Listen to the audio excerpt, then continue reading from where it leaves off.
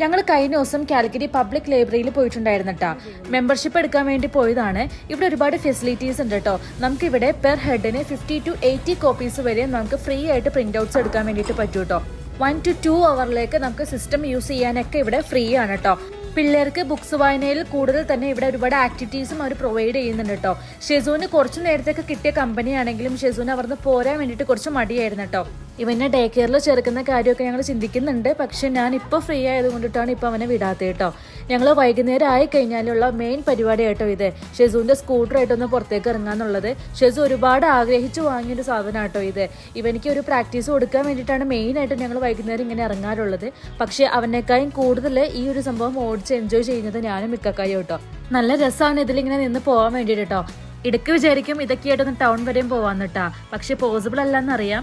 Shezu ആദ്യത്തേനും better ആയിട്ട് തന്നെ ഇപ്പൊ ഈ ഒരു സ്കൂട്ടർ ഓടിക്കുന്നുണ്ട് കേട്ടോ.